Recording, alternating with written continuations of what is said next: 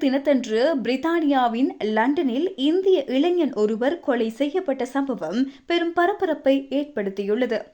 தெற்கு லண்டனின் லம்பத் பகுதியில் உள்ள பொன்வே எனும் பகுதியில் உள்ள வீடொன்றில் கடந்த 1ஆம் திகதி இரவு 8 மணியளவில் போலீசார் சோதனையிட்டனர். ஒரு நபரின் நலன் குறித்த முறைப்பாட்டை அடுத்து அங்கு சென்ற போலீசார் உள்ளே ஒரு நபர் சடலமாக இருப்பதைக் கண்டு அதிர்ச்சியடைந்தனர். கொலை செய்யப்பட்டவர் இந்தியாவை பின்புலமாக கொண்ட 41 வயதுடைய கலீம் சைக் என அடையாளம் காணப்பட்டுள்ளார்.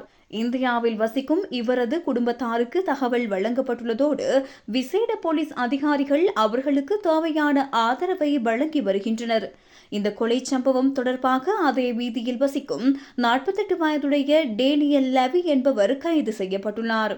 அவர் மீது கொலை குற்றம் சுமத்தப்பட்டு வெஸ்ட்மின்ஸ்டர் நீதிமன்றத்தில் முன்னிலைப்படுத்தப்பட்டார்.